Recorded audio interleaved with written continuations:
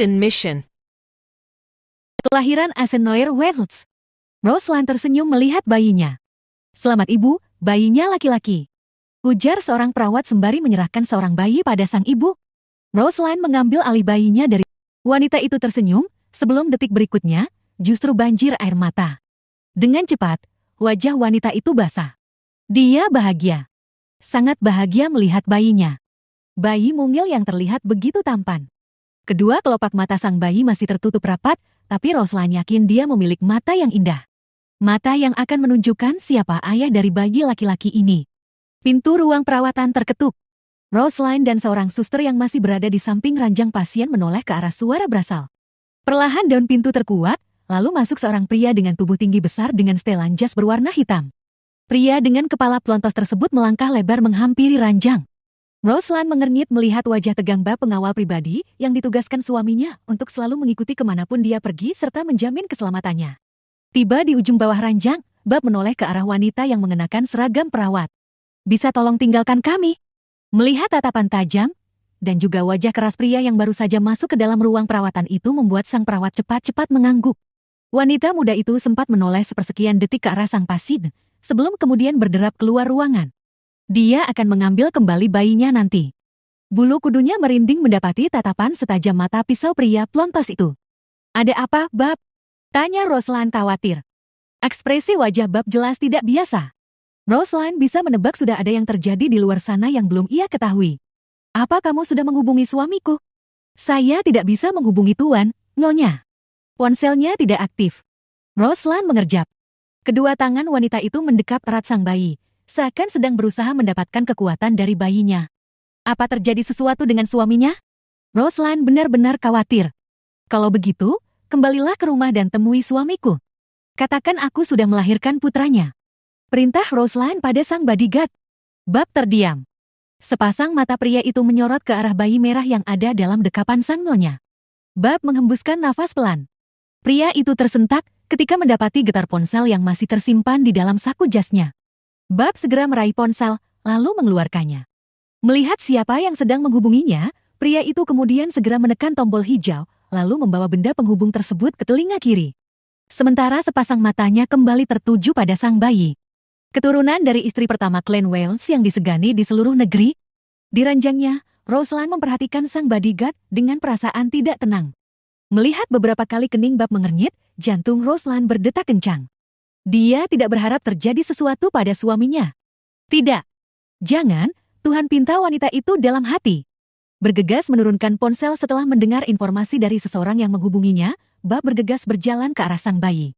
Pria itu kembali memasukkan ponsel ke dalam saku jasnya. Kita harus pergi sekarang, Nyonya. Tidak ada waktu lagi. Ada apa? Roslan bingung saat Bab tiba-tiba mengambil bayinya, lalu meletakkan bayi yang masih tertidur itu ke dalam box. Tak lama pintu terbuka, lalu seorang dengan pakaian serupa Bab dengan rambut cepat ala tentara masuk dengan mendorong kursi roda. Melihat salah satu anak buahnya masuk, Bab segera meraih tubuh sang nyonya. Maaf, ujar pria itu setelah menelusupkan tangan ke bawah lutut dan belakang punggung nyonyanya. Roslan yang masih kebingungan, kehilangan kata-kata. Wanita yang baru beberapa jam lalu melahirkan anak pertamanya setelah 5 tahun menikah tersebut, menatap Bab penuh tanda tanya. Sementara sang bodyguard dengan cepat memindahkan tubuh sang nyonya ke atas kursi roda. Apa semuanya sudah siap? Bab bertanya pada salah seorang anak buahnya. Pria yang sudah siap mendorong kursi roda itu mengangguk. Jalur belakang. Ujarnya singkat. Bab mengangguk mengerti, kemudian memberi isyarat dengan kedikan kepala, agar sang bawahan segera membawa nyonya mereka keluar. Sementara Bab sendiri kembali meraih bayi yang masih pulas tertidur, kemudian membawa dalam dekapannya. Apa yang sebenarnya sudah terjadi? Roslan bertanya setelah keluar dari ruang rawatnya, dan mendapati lorong rumah sakit sepi. Tak ada satu orang pun terlihat. Suamiku, apa dia dalam bahaya? Roslan memutar kepala ke belakang. Dia sungguh khawatir terjadi sesuatu dengan suaminya. Tidak, Nyonya. Tuan baik-baik saja. Marco menjawab.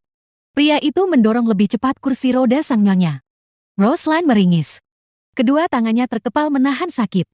Marco yang melihatnya, mengurangi kecepatan dorongannya. Kita harus cepat, Marco. Bab mengingatkan. Pria itu menatap sang bawahan yang menoleh ke arahnya. Marco mengangguk patuh. Maaf, Nyonya. Tolong tahan sebentar lagi. Pria itu kemudian kembali mempercepat dorongan kursi rodanya. Roslan menganggukkan kepala. Sudah jelas ada yang terjadi, meskipun dia tidak tahu apa. Tapi, mereka berdua adalah orang-orang kepercayaan suaminya. Mereka tidak akan pernah membahayakan dirinya. Tiba di bagian belakang rumah sakit, sudah ada sedan hitam yang menunggu mereka. Tidak hanya satu, melainkan dua. Seseorang dengan seragam yang sama membuka pintu, lalu membantu sang nyonya untuk masuk. Setelahnya, Bob memberikan bayi yang didekapnya pada sang nyonya. Roslan mendesah lega setelah bisa duduk dengan nyaman dan mendekap bayinya. Dia masih merasakan nyeri di bagian intim, tapi selama bisa memandang sang bayi rasa sakit itu tidak seberapa dibandingkan rasa bahagianya. Bayi ini adalah anugerah Tuhan yang sudah dia dan suaminya nanti setelah 5 tahun. Dia bahkan harus merelakan sang suami menikahi dua wanita lain hanya karena dirinya yang belum juga hamil setelah 2 tahun pernikahan. Bob dan Marco masuk ke dalam mobil bagian depan dengan Marco yang berada di belakang kemudi. Lagi, ponsel milik Bob bergetar. Pria itu kembali meraihnya. Dia sempat menoleh ke samping, meminta Marco untuk segera menjalankan mobil, sementara dirinya menerima panggilan dari seseorang. Mobil tersebut melaju, diikuti mobil lain di belakangnya.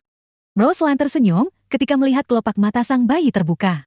Wanita itu terharu melihat warna mata sang putra yang persis sama seperti milik ayahnya. Halo, sayang. Selamat datang di keluarga Welch. Marco yang mendengar suara lirih sang nyonya melirik dari spion tengah, lalu tersenyum. Selamat datang, bos kecil. Kata pria itu masih dengan menarik kedua sudut bibirnya. Dia sudah lama ikut dengan sang tuan, dan sudah sejak awal ditugaskan bersama Bob untuk menjaga istri pertama sang pemilik tahta Welch. Siapa namanya, nyonya? Marco yang penasaran bertanya, meskipun kepala pria itu tetap fokus menghadap ke depan. Ethan. Asenoir Welch. Mobil melaju lebih kencang setelah Bob menyelesaikan sambungan teleponnya. Marco menutup mulut. Pria itu tak lagi mengeluarkan satupun kalimat. Sesekali bola mata pria itu melirik spion kanan, kiri dan juga tengah. Sementara itu, di samping Marco Bob sudah mengeluarkan senjata apinya. Pria dengan kepala pelontos itu terus memperhatikan spion bagian kiri mengawasi bagian belakang. Di kursi penumpang, Ethan yang sudah terbangun mulai menggeliat, seakan ingin lepas dari kain bidong yang melilit tubuh kecilnya. Roslan tak henti-hentinya mengulas senyum mendapati bibir sang bayi yang mulai celamitan. Sabar ya, sayang. Nanti, setelah kita tiba di rumah, Ethan bisa nenen. Roslan mengecilkan suaranya pada kata terakhir. Dia tidak berharap kedua bodyguardnya mendengar. Wanita itu mengangkat kepala hanya untuk mengernyit ketika melihat jalanan di depan mereka. Dia tidak tahu jalur yang saat ini mereka tempuh akan bisa membawanya kembali ke Mansion Welch. Dia belum pernah melewati jalur ini sebelumnya. Belum pudar kerutan pada kening wanita yang masih mencoba menerka di mana keberadaan mereka saat ini, ia dikejutkan oleh suara benturan keras di belakang mobil mereka. Refleks, Roslan menoleh ke belakang. Sepasang mata wanita itu terbelalak, dengan mulut menganga. SHT. Bob mengumpat keras. Dia melupakan keberadaan seorang bayi yang langsung menangis, karena mungkin saja terkejut mendapati entah suara di belakang mereka, atau suaranya yang cukup keras. Tancap gas, Marco. Perintah Bob. Pria itu kembali memperhatikan pergerakan dua mobil di belakang mereka. Bob memeriksa isi pistolnya. Roslan yang tidak sengaja melihat apa yang ada di tangan Bob, hanya bisa membuka mulutnya. Sekarang dia baru sadar. Bukan suaminya yang sedang dalam bahaya, tapi dirinya dan juga bayinya. Hidup selama 5 tahun menjadi istri seorang Ramon Welch, membuat Roslan berada dalam ketegangan selama beberapa kali. Namun apa yang ia alami kali ini, membuatnya merasa jika ketegangan yang pernah ia alami dulu tidak ada artinya. Detak jantung Roslan semakin tidak beraturan, saat suara tembakan mulai terdengar. Wanita itu membungkukkan tubuh mendekap bayinya yang menangis semakin kencang. Ethan pasti ketakutan. Roslan tidak tahu apa yang terjadi. Dia hanya sempat mendengar Bob yang menyuruhnya untuk tetap menundukkan kepala, lalu yang dia rasakan adalah jalanan yang tidak lagi rata hingga membuat tubuhnya berguncang. Sekuat tenaga Roslan menahan rasa sakit di bagian intim, serta mendekap erat Ethan. Kita tidak akan berhasil, Bob. Omong kosong. Lalu kembali terdengar suara tembakan. Jalanan yang benar-benar tidak bersahabat membuat Roslan merintih kesakitan. Sungguh. Dia nyaris tidak bisa menahan rasa sakitnya lagi. Mungkin, saat ini jahitan di bagian intimnya sudah kembali terbuka, saat dia merasakan sakit yang luar biasa nyaris tak tertahan. Bob menoleh ke kursi bagian belakang. Pria itu menatap sesaat sang nyonya yang sedang meringis kesakitan. Tidak hanya itu. Kedua mata wanita itu berair. Sang nyonya pasti sedang menahan sakit yang luar biasa Bob membatin.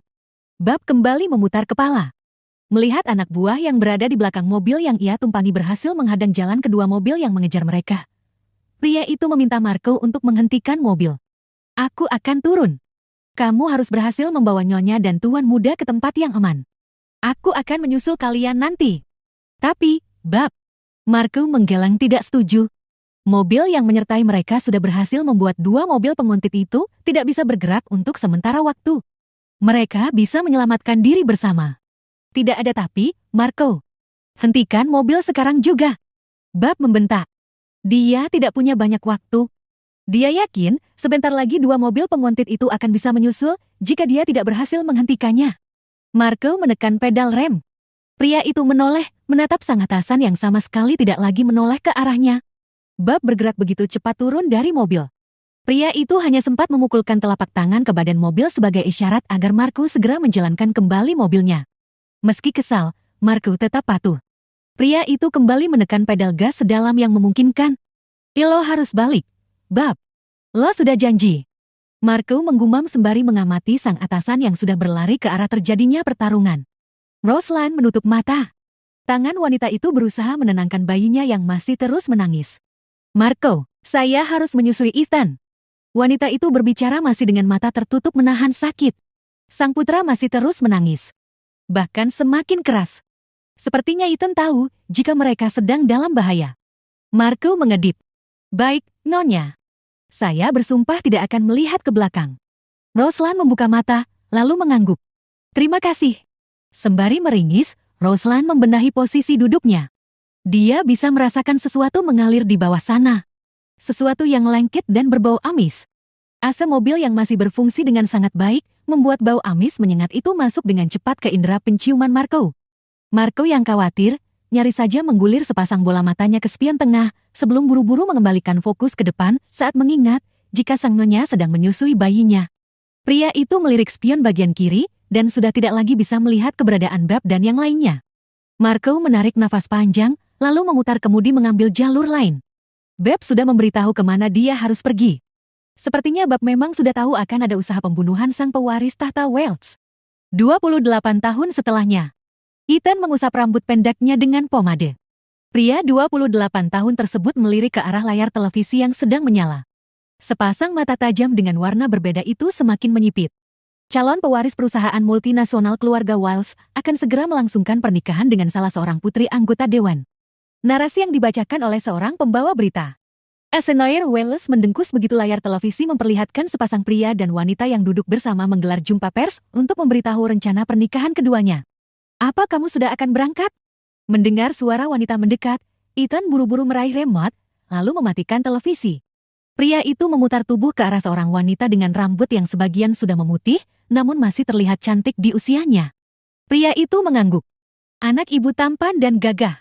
Sama seperti ayahmu. Ethan mengatupkan sepasang gerahamnya. Dia tidak pernah suka mendengar sang ibu yang selalu saja menyamakannya dengan seseorang yang tidak pernah dia lihat secara nyata. Ayah. Bullshit.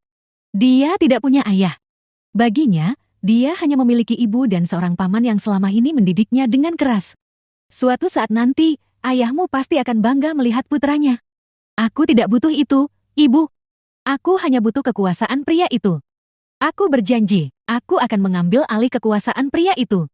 Saat itulah, aku akan bisa membuat ibu bangga. Sepasang mata dengan warna manik mata berbeda tersebut menatap sang ibu dengan kilat yang sanggup membuat ibunya sendiri merinding. Begitu besar kebencian yang terpancar pada sepasang mata putranya. Roslan menarik nafas panjang, lalu menghembuskannya. Wanita itu kemudian mengalihkan tatapannya. Dia tahu, hidup putranya tidak mudah. Untuk bisa menyelamatkan nyawa mereka berdua, Marco membawa mereka ke tengah hutan. Tempat yang tidak akan bisa ditemukan oleh mereka. Roslan masih belum tahu siapa yang berada di balik peristiwa 28 tahun lalu. Peristiwa yang membuat dirinya dan sang putra nyaris kehilangan nyawa. Peristiwa yang menyebabkannya tidak pernah lagi bisa melihat sang suami. Sudah siap? Roslan dan Ethan menoleh bersamaan. Keduanya menatap sosok pria dengan rambut gondrong sebahu. Kali ini, Marco mengikat rambut gondrongnya. Pria itu mengamati penampilan Ethan dari ujung kepala hingga ujung kaki, lalu satu sudut bibirnya terangkat. Dia bangga melihat anak didiknya. Jangan lupa kenakan kontak lensa. Mereka akan dengan mudah mengenalimu jika melihat warna mata kamu itu. Peringat Marco sembari menatap sang tuan muda sekaligus anak didiknya. Ethan tidak pernah membiarkannya memanggil pemuda itu tuan muda atau bos. Ethan selalu menyuruhnya berbicara selayaknya dengan teman. Bagi Marco yang sudah sejak muda bekerja di keluarga Wells, kesetiaan adalah harga mati untuknya. Dari awal dia bergabung menjadi salah satu bodyguard keluarga itu, dia tahu nyawanya sudah menjadi milik keluarga Wells. Kamu harus tetap melindungi Ethan. Rosalind sudah memutar tubuh ke arah sang bodyguard. Ethan sedang kembali ke kamarnya untuk mengenakan kontak lensa. Dia harus menutupi warna mata yang menjadi ciri keluarga Wells. Tentu saja. Nyonya tidak perlu khawatir. Kalian adalah misi terakhir yang Tuan berikan pada saya, dan saya tidak akan pernah mengecewakan kalian. Nyonya harus percaya pada saya. Saya tidak mungkin membiarkan Tuan muda dalam bahaya. Rosalind menganggukkan kepala. Wanita itu melirik sekilas ke arah lorong menuju kamar sang putra, sebelum kembali menatap Marco. Apa kamu benar-benar tidak bisa mendapatkan informasi tentang suamiku? Marco mengedip. Apa yang harus dia katakan pada wanita ini tentang suaminya? Tidak. Putus Marco. Pria itu bisa melihat kecewa dalam sorot wanita yang berusia tidak jauh darinya. Di kamarnya, Ethan memasangkan kontak lensa ke kedua bola matanya. Pria itu menutup kelopak mata beberapa detik sebelum kembali membukanya. Ethan mengamati wajahnya dari pantulan cermin. Dia sudah siap. Siap untuk masuk ke sangkar harimau yang ingin ia kuasai. Ethan tersenyum miring. Sebentar lagi dia akan bisa bertemu dengan pria itu dan juga anak-anaknya. Ethan mendengkus saat mengingat dia memiliki saudara yang seumur hidupnya tinggal di Mansion Wells. Hidup dengan bergelimang harta, tanpa tahu seperti apa sulitnya hidup wanita bernama Rosalind. Ibunya. Ethan sudah bertekad untuk mengembalikan sang ibu ke posisi yang seharusnya. Wanita itulah yang seharusnya menjadi ratu di istana Wells. Bukan perempuan lain. Itu adalah misi hidup yang sudah sejak remaja ia tanamkan dalam pikiran dan hatinya. Untuk bisa mengembalikan sang ibu ke tempatnya, maka Ethan harus bisa mengambil alih kekuasaan Wells. Kekuasaan yang memang sudah seharusnya jatuh ke tangannya jika tidak ada orang-orang lain yang berusaha menyingkirkan dirinya. Ayahnya. Ethan tidak akan membiarkan pria itu menikmati masa tua dengan bahagia. Oh, mungkin saat ini dia sedang berbahagia karena salah satu putra mahkotanya akan segera menikah. Hanya sebentar sebelum dia mengobrak-abrik kekuasaan mereka. Sekali lagi Ethan mengamati penampilannya sebelum meraih kacamata hitam, lalu mengenakannya. Memutar tubuh, pria tersebut menghela sepasang kakinya keluar kamar. Tiba di ruang tengah, Ethan bisa melihat sang ibu yang sedang berbicara dengan bodyguardnya. Ethan bersyukur memiliki Marco. Tanpa pria itu, mungkin saja dirinya dan sang ibu sudah benar-benar akan mati 28 tahun yang lalu. Ayo paman, kita pergi. Yang dipanggil menoleh, lalu menganggukkan kepalanya. Ethan menghampiri sang ibu, lalu memeluk wanita itu. Untuk sementara waktu, dia akan meninggalkan wanita tercintanya. Dia tidak akan kembali sebelum berhasil dengan misinya. Pria 28 tahun tersebut mengecup kening wanita tua yang sangat dia cintai. Aku pergi dulu. Ibu baik-baik di sini. Tunggu aku pulang. Pesan pria itu sembari mengamati sepasang mata sang ibu yang sudah berkaca.